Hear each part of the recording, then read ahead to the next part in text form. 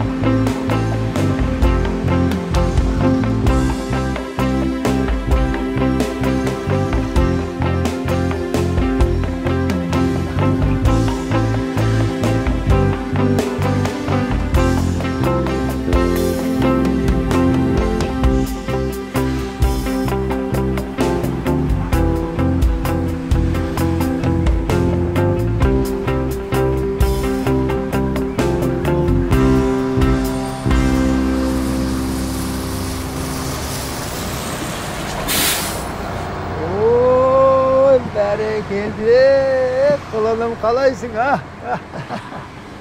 Ай, жаным, насыным сау. Кәне. Қалай жеттіңіздер, ата? Жақсы, айнадан келеді. Ауламан ба? Аман есен, Алмамыз бәрі ата? жақсы. Сөмкесін ала қой. Көтере аласың ба? Иә. Жол қиын болған жоқ па? Бәрі жақсы ма? Жоқ, жақсы, бәрі аман. Біз кішкене жолда қалай болар екен деп. Алпамыз? Алпамыз? Ау! Атаңды шақыра қой, шай ішеміз.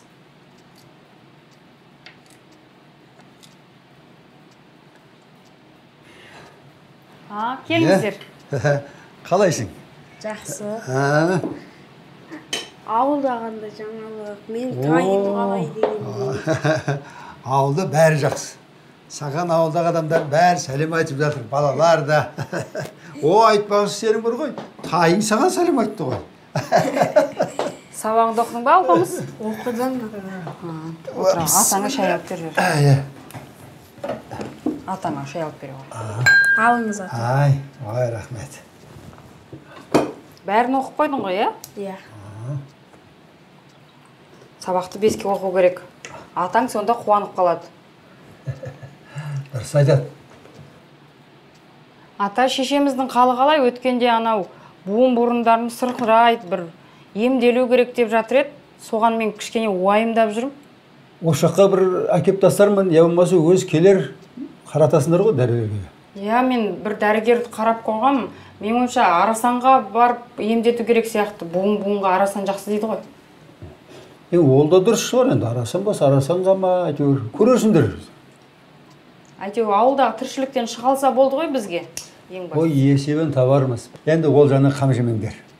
Малға өзім қарайым. Енді анау сиырды сауатын адам табамыз ғой. Енді ауылда бар, көрші қолаң бар дегендей көмектеседі ғой. Ата, сіздің қалаға келмегеніңізге көп уақыт болды ғой. Ертең сізді қаланы арылатам. Ой, бәрекелді. Міне, өсті деген осы. Чай іше.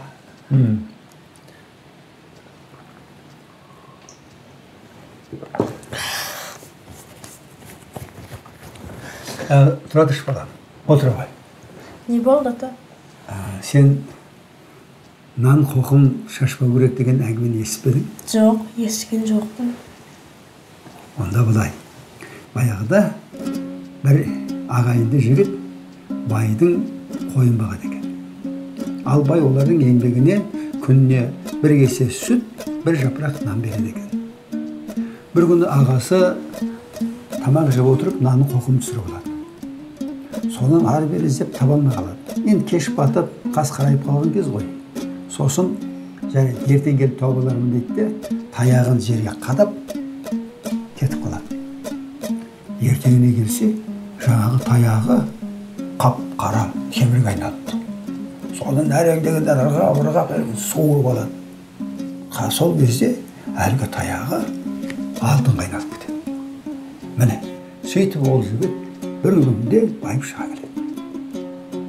Мына нанның қоқымын шашпау керек деген сөз содан қалған керек.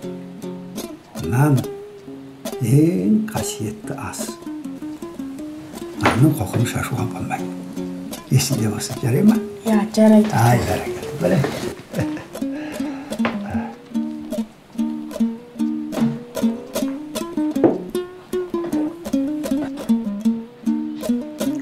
Ақылды өзі. Келгеніңіз жақсы болды. Алпам сізді сағынып жүреді. Ауылға атама барайық деп жиі айтады. Қалада ұзақ боласыз ба? Бір күн болам. Зейнетақымды алуға келгем. Сосын ауылға барып, біраз шаруаларын бітіремін де қайтып келемін ғой. Мираш қайда? Ол сапарға кеткен, бір аптадан соң келеді.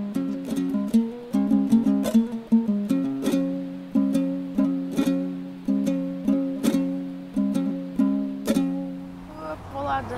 Және демалыстарда сол жерде қыдырады, кино көреді. Бұлай қарайтсеңіз ата.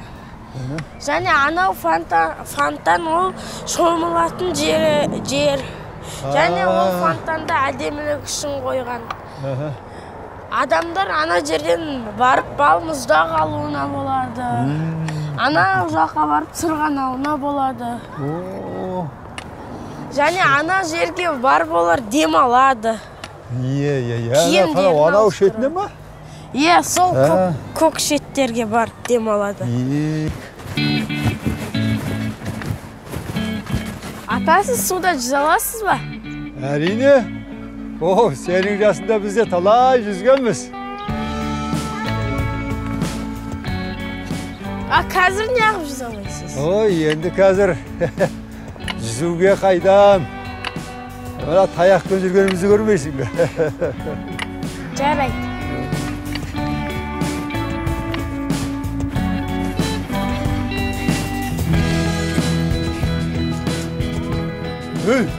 Алпамыз! Қой дейін! Алпамыз! Ата, не үшін түсі? Сен қызық екенсің, мынаны сенің анаңдай адамдар аппақ бояп қойған жоқ. Ал сен болсаң, мына аяғымен шықтың бәрін болғадың. Ят бол, қан, түс. Жарайды, ата. Әй, баламызсың деген, ә?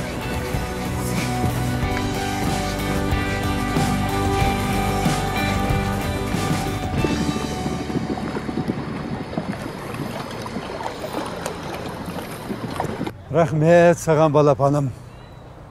Бүгін біраз жерді аралаттың. Ой, алтыным. Қала көркейіпті. Үлкейіпті. Міне қараш. Қалай жақсы жасаған, ананы, мұнаны, міне. Осының бәрі еңбек. Ал еңбекті бағалау керек әрқашанда. Құрметтеу керек. Ұқтың ба? Иә, ата. Жарайсың, балапаным. Алпамыз, бергеш балам. Ау, ата. Ана абай атаңды көрдің бе? Ана биыл бұл қазақтың бір туар ақынына 175 жыл. Соның құрметіне көрдің бе қалай әдемі қылып салып қойған мына жерге.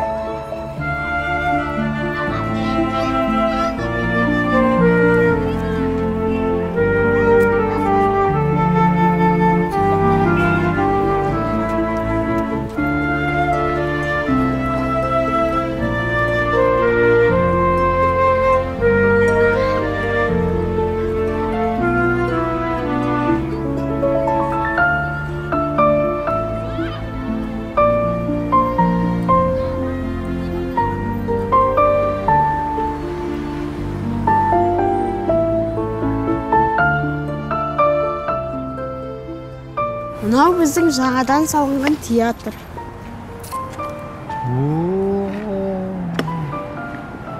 Бәрекелді. Ай, қандай керемет қып салған. Әппақ жұмыртқадай. Сен өзің мұнда келдің ба? Иә, келдім анаммен бірге.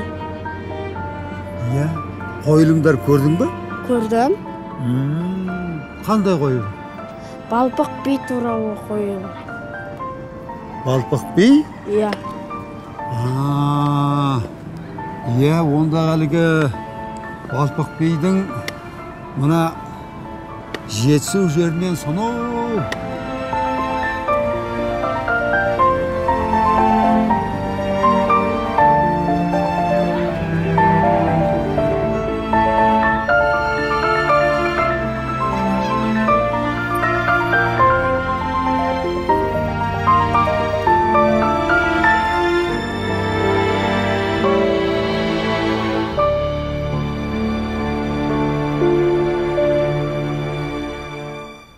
Алпамыс, үлкеннің алтын кесіп өтпе.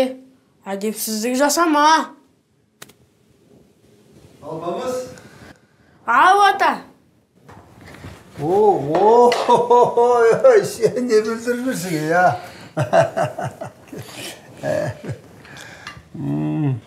Шаршадым.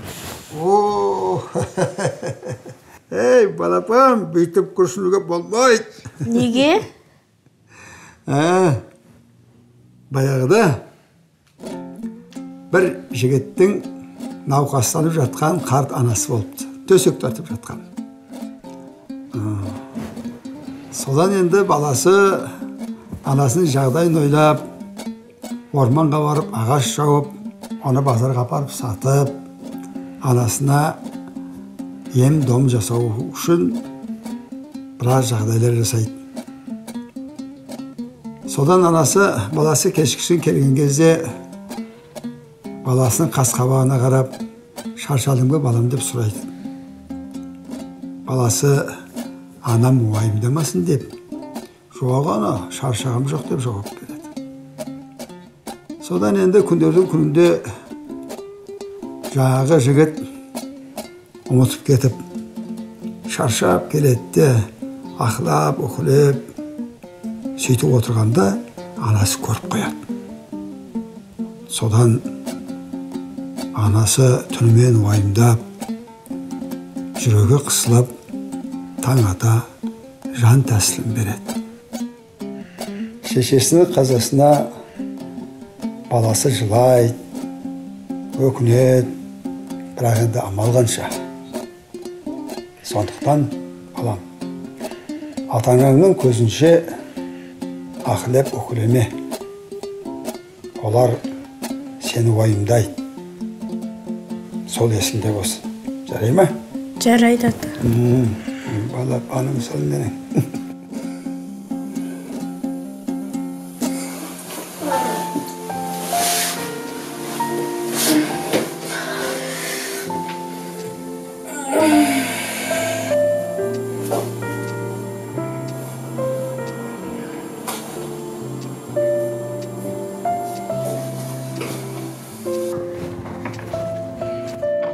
Ата!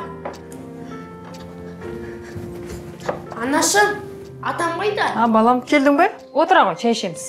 Атам қайда деймін? Балам, саған атаң не айтқанын ұмыттың ба? Есікті керме.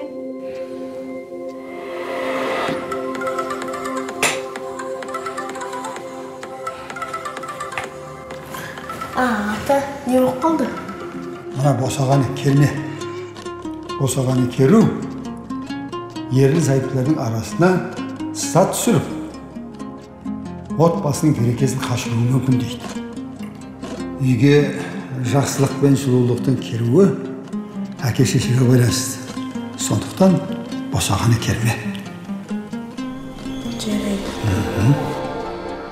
Атаң бір-екі күнде келеді, ауылға кетті. Той, мен де алып кетем деп еді ғой.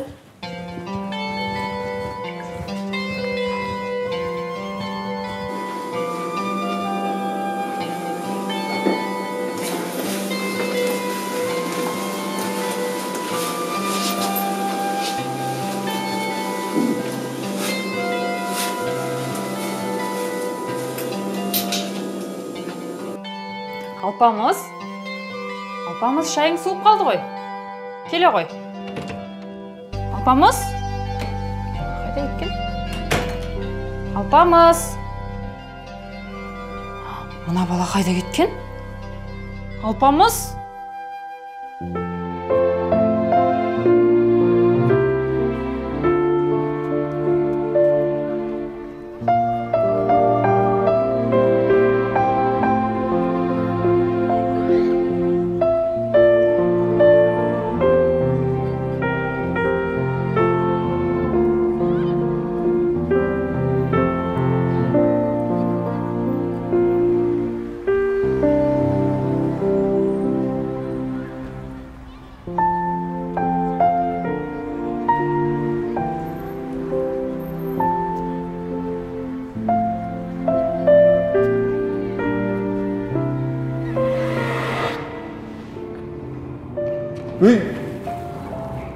Айтқа үлкеннің алдын кесетуші болма. Неге? Ол әдепсіздік болады. Онан кейін жолын кескен адамның жолы болмай қалуы мүмкін деген сенім бар. Жарайды, түсіндім. Есіңде болсын, жарай ма? Жарайды. Ондай қылық жасама енді. Отыр.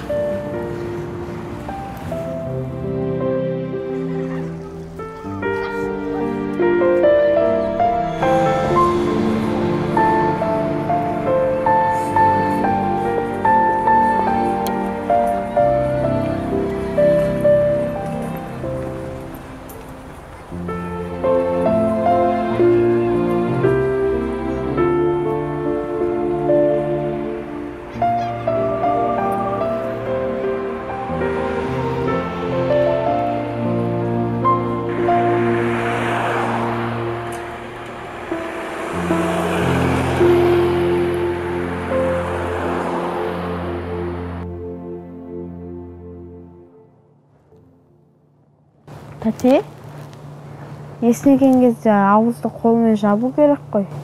Кім айтты? Атам айтты.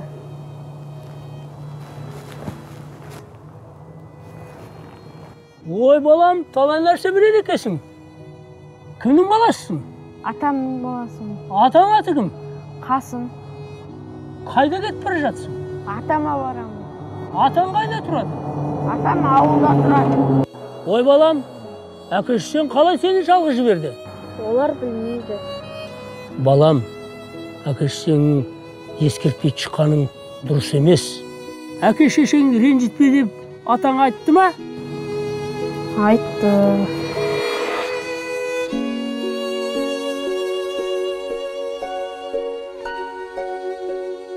Ал, біраз қыдырдық. Енді үйге қайтайық балам. Ата, біраз қала тұрайықшы. Ананың көңілі балада, баланың көңілі далада деген осы. Ана, әкеңнің іс-сапарға кеткенін білесің бе? Анаң болса үйде жалғыз, ол біз іздеп алаңдайды. Сондықтан қайтайық. Жарайды. Сосын бір жаққа кететін болсаң, міндетті түрде ата-анаңа айтып кет. Олар сені іздеп алаңдайды ғой. Жарайды, ата. Балам, атаң айтса, онда атаны әке-шешеңді ренжітпей, ерте үйге қайта ғой жарығым.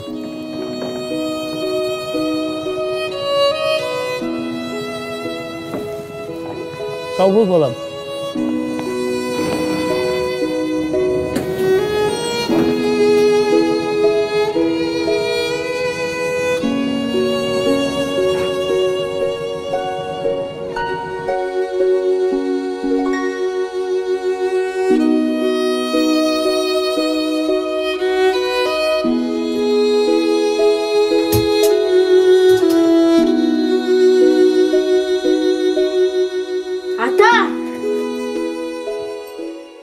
Адам ата-анадан туғанда есті болмайды.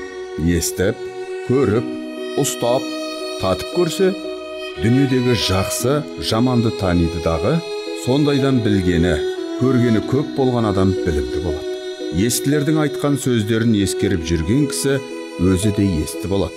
әрбір естілік жеке өзі іске жарамайды. Сол естілерден естіп, білген жақсы нәрселерді ескерсе, жаман дегеннен сақтанса, сонда іске жарайды, сонда адам десе болады.